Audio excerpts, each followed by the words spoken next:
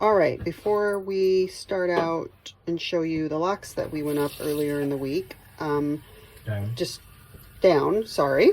Craig just corrected me, we went down them. You go up locks and down locks, so we went down locks.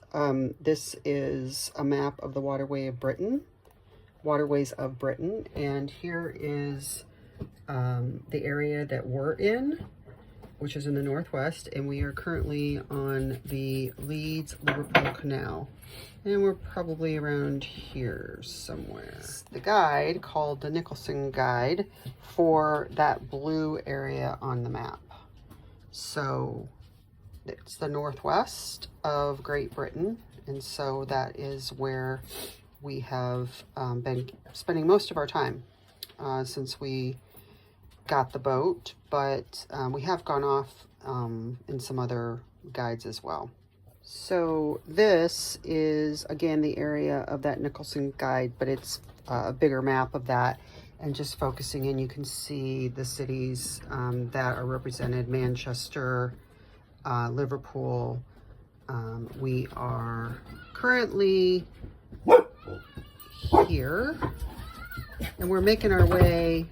Hopefully, we're going to go home in May, but hopefully when we get back, we're going to make our way to Leeds, and then we're going to kind of figure out where to go from there, or we may just kind of hang out on this canal because my mom and dad are coming and visiting in September, and it's a really beautiful place to see. So the Leeds-Liverpool, as you can see, Leeds follows all the way down here. We spend a lot of time on this branch called the Rufford branch because there's a marina there that we like, and then down all the way to Liverpool, thus called the Leeds Liverpool. And our daughter lives right over here in Chorley, so it's kind of a nice area for us to be able to stay around and stay in touch with them and kind of stay in the same area as them. But we do want to branch out to the other ones. We've had some closures, so that's made it difficult for us to be able to do that. Closures of locks, some locks that we are going to be going by but not up before we turn around and go back to a marina down here near Burnley. But some locks up here have been closed until just this last weekend, so even if we wanted to, we couldn't have gone all the way to Leeds, but we can now, at least for the near future, before something else closes down. All right, so now I'm zooming in even more, so you can see here that we're on the Leeds and Liverpool Canal as part of the Nicholson Guide, and the locks that we're going to be going up are called the Greenberfield Locks. And so the ones I'm going to be showing you, I'm going down, I mean. So we were actually moored up right around here, and then we went up or down these locks, and now we're moored up right outside of those locks. And I always try to mark like what day we moor up, whether it's a good mooring, especially whether or not it has good internet. That's a big deal to us. Our plan is to leave here and cruise up just below the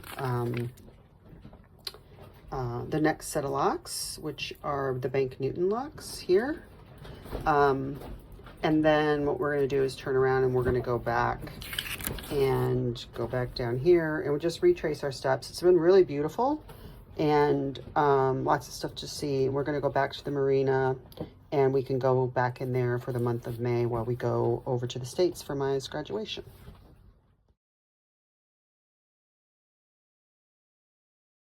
So this morning we're doing a set of 3 locks. Right now we're at the first lock, lock 44. You can see Our World in the background. And we've got to have the water in the lock even so that Craig can get the boat in, and then we'll take the boat down because we're going down these locks and then head on to the next lock. So my job is to fill this lock with water. So I've already started with what are called ground paddles. This one's not working, but I did do the one on the other side. And I did, if you see that object setting up there, or standing up there above everything else, I did that paddle. But I'm gonna do this ground paddle. And all I do is put the windlass on and start to fill it up. So you can see that I've opened up the paddle. It's getting pretty close here on this side, so I'm gonna go ahead and close this paddle.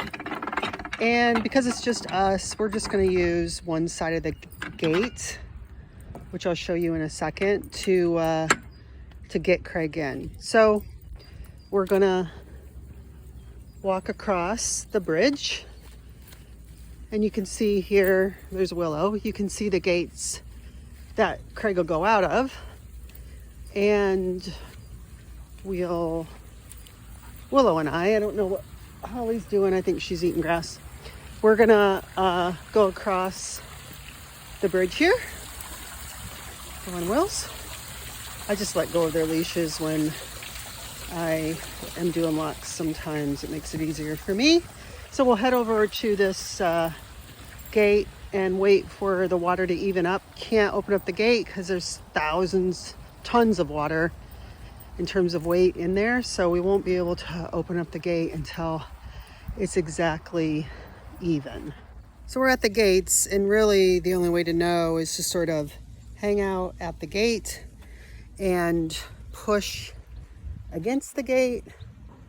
And when it starts to move, you know that you've got a level lock, and that you can open it and that Craig can come in.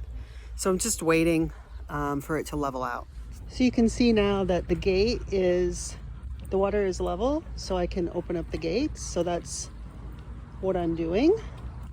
And you can see Craig making his way down to go into the lock.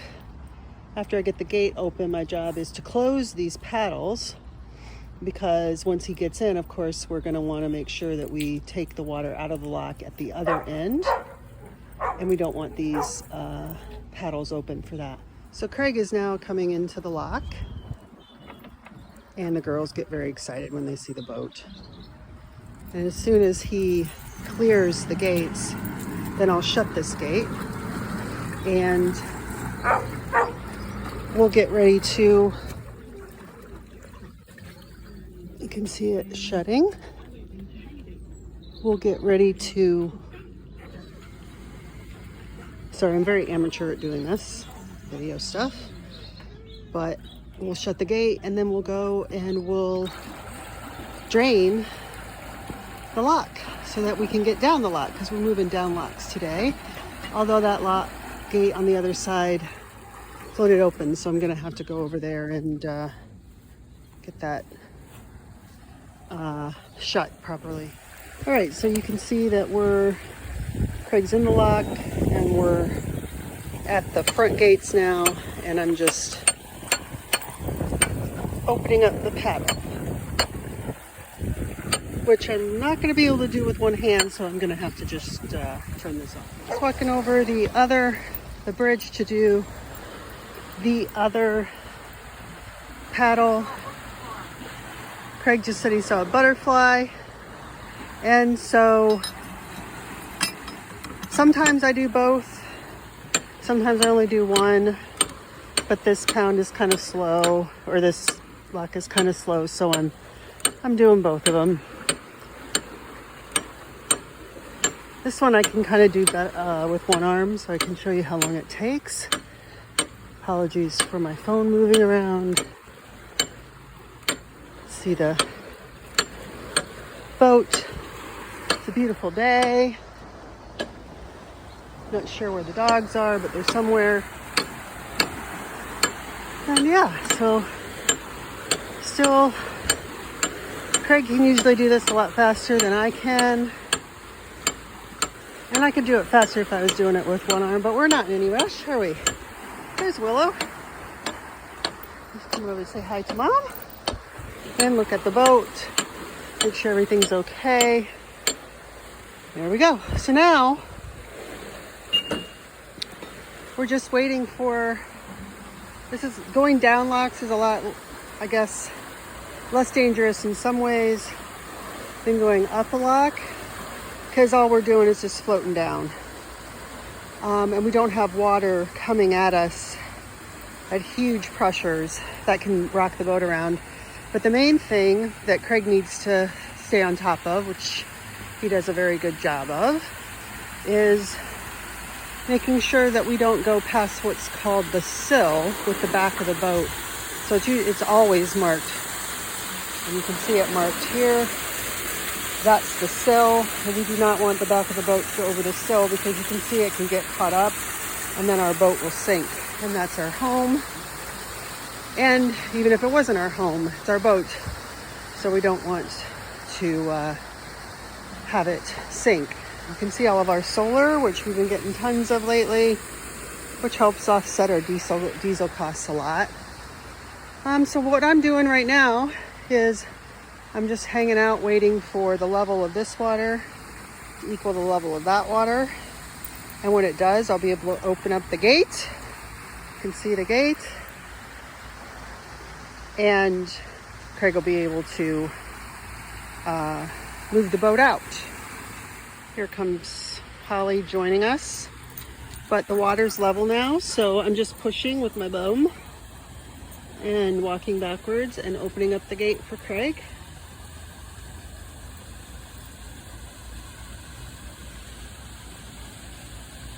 And then he'll be able to come out.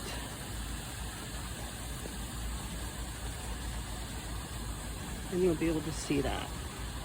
And my windlass is on the gate, which you're not supposed to do, but unfortunately I do it a lot. Willow. You can see him coming out. And my job now is to close the paddles and then get to the next lock. All right, so we are heading on to the next lock. Craig's ahead of us a bit because it took me a bit to shut the gate and shut the paddles. Some daffodils, sign of spring. The hardest part is with doing this with the dogs is I gotta hold on to the windlass, and I also have to keep an eye on them. And sometimes leash them up and stuff. Holly, no, this way. You can see they really like to catch back up with the boat. So they know that boat's ahead. They're gonna go catch up with Craig. So I'll talk to you when we get to the next lock. So in this one, what we're doing is we're catching up to the lock. And what we're doing is we're assessing, is it full, is it not full?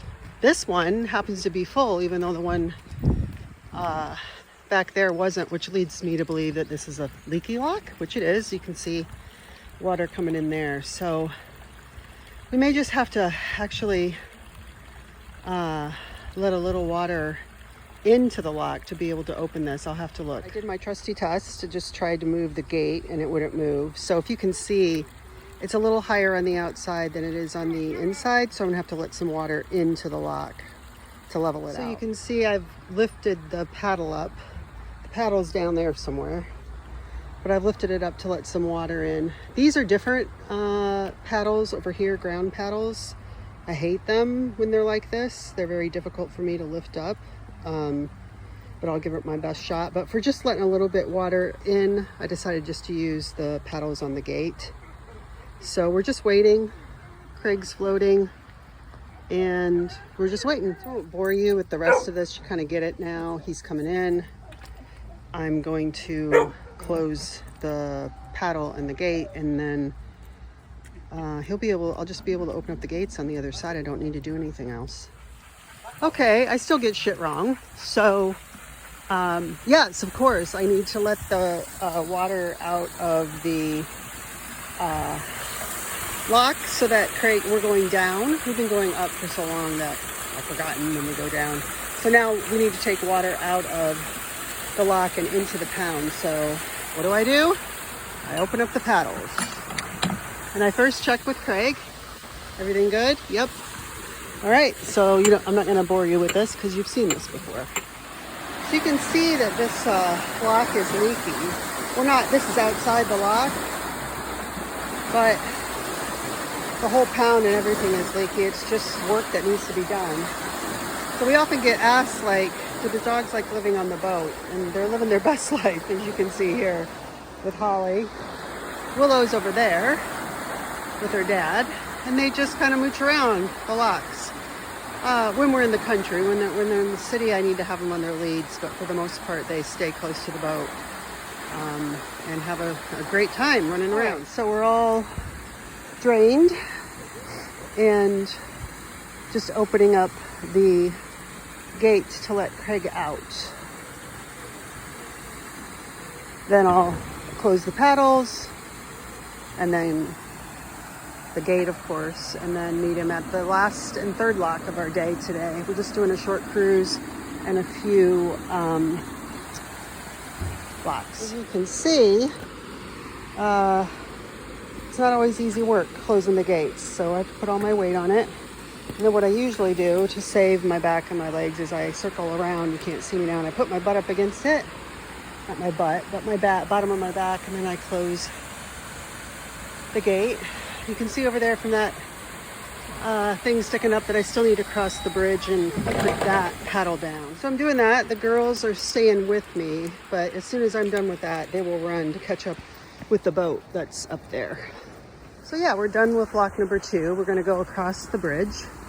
One thing I failed to mention is this is a wide lock, which means that 2 narrowboats can go down it at once. So if you've got another narrowboat that's coming the same way that you are, you buddy up because it saves water on the system. All of this is controlled by the water and making sure you got enough water in a pound.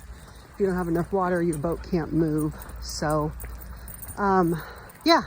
And then one of the things we also track when we get to a lock is if there's a boat on the other side, because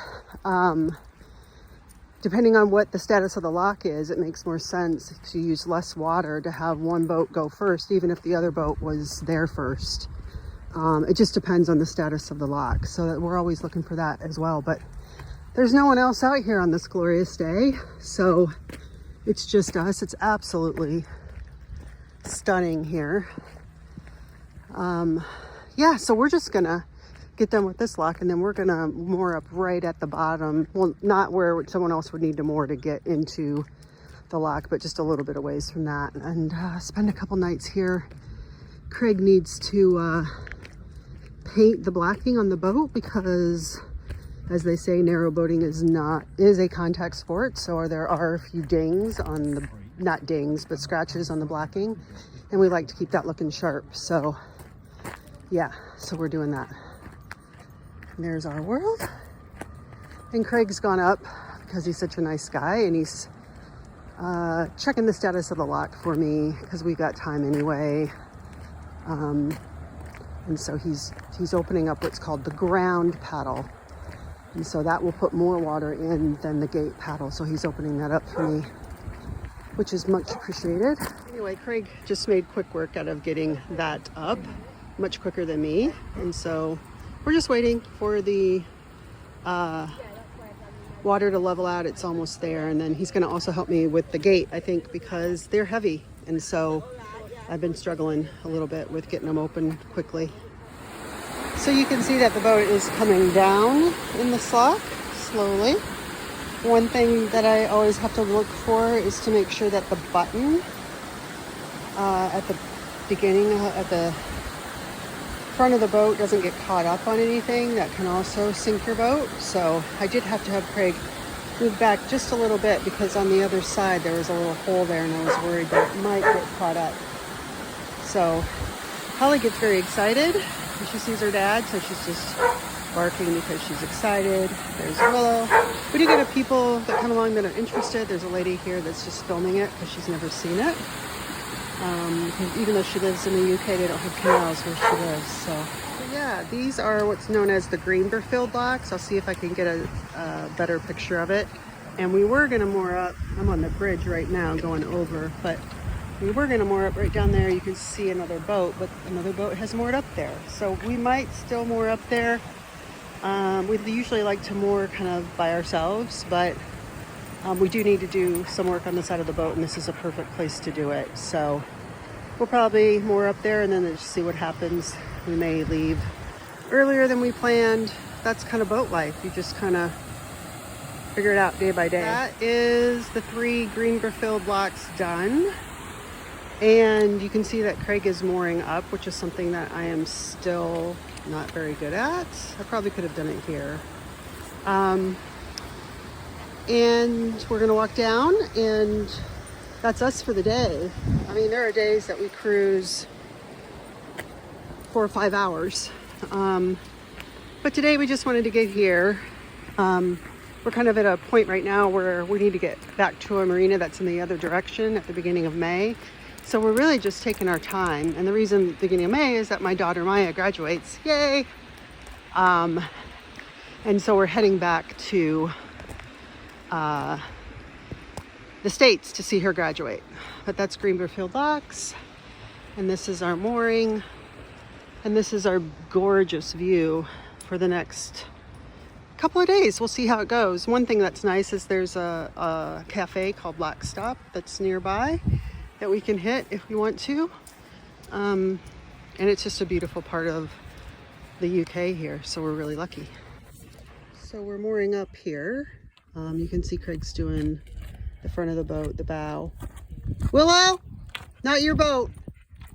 And then this is a ring. So we're lucky here that we've got rings. Sometimes we use chains with Armco, and sometimes we have to use stakes that Craig puts into the ground, but here we've got rings, so it's really nice. And we'll get moored up, and then Craig will put the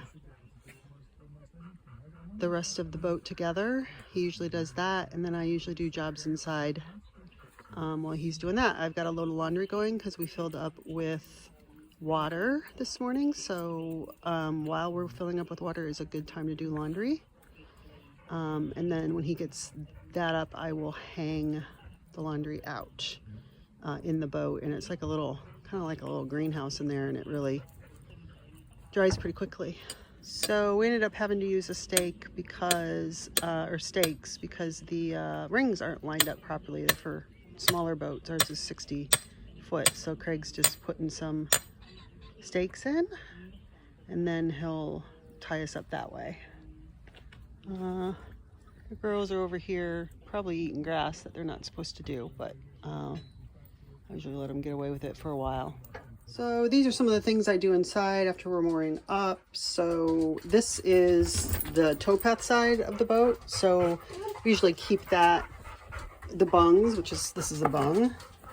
And that's the, although I am going to keep that down for a bit because it looks like a little bit of condensation is there. That's a towpath side of the boat, and we usually keep the bung in there for privacy because people walk by on the towpath. There's Brown. And then I go around and I open up some of the windows on the side of the canal. And the reason that we do that is because there's bugs and stuff that'll come in on the side, and also privacy issues. So you usually have the canal side. And we don't always open them up. It just depends, but we're going to air out the boat for a little bit. What you need to do is make sure that you keep your boat aired out because you're on water and you can get condensation on the boat. I would give you a better tour of the inside of the boat, but it's not a mess right now, but I'd like it to be nicer when we do that. So, yeah. And I just came in, did a load of laundry this morning. We have a washer, we don't have a dryer, so I did a load. I'm just spinning it again so that when I hang it out, you know, there's not as much to dry. So, and the girls are just hanging out with me. They want to know what Dad's doing, so they're, of course, Willow's up on the steps trying to make sure she's got a handle on everything that's going on, and Holly's down below. Anyway, that's what's going on. Another thing that we do before we cruise is, I'm showing you here, this keeps track of our water and our diesel, and we're getting a lot of solar here this morning because it's pretty sunny. But we just filled up. That water tank will level out in a little bit. But before we fill up and while we're filling up, we do all the water jobs we can think of. So as much washing up, we clean the sinks, we do laundry, we even fill up water, the dog's water, ice cube trays, I always clean the sink in the bathroom really well, and fill up the dog bowls. I think I already said that. I just try to do as much, we try to do as much as we can in terms of water, so that, because we only have the water that we can put on the boat. And so you want to make sure that you've got as much as you can, because you never know what's going to happen. And the saying is never pass a water point without filling up, even if you're at 90%, because you never know what may happen. Here's a view from inside the boat. Really, really nice. We're super lucky. So normally we would put the pram cover up, which is what you usually see in the video. But it's a pretty nice day today, and like I said, I've done laundry. So we have this whirligig that we put where the tiller is. Just put that in. I don't know if you can see it. And then I'm able to hang up laundry, and it dries pretty fast. Of course, in the wintertime, we can't do that. So we actually have a device that blows hot air up, and it has a cover on it, and it works pretty well, except for when it gets cold. And then we just have to resort to the laundromat. But most of the time, Craig puts the pram cover up, and then I just hang stuff there. But like I said, it's a nice day. And we got a little bit of water on some things going through the lock, so we just want to make sure that's dried out before we put the pram cover up. But another look, I'm feeling kind of at home, because you probably can't see them, but there's 3 pheasants out in the field here. We think they're fighting over a female. Yeah, Brown's taking a look around. This has become her spot. It would just be the same Holly can't decide because Dad is in the boat and Mom is not where she wants to be, so she's just hanging out there. All right.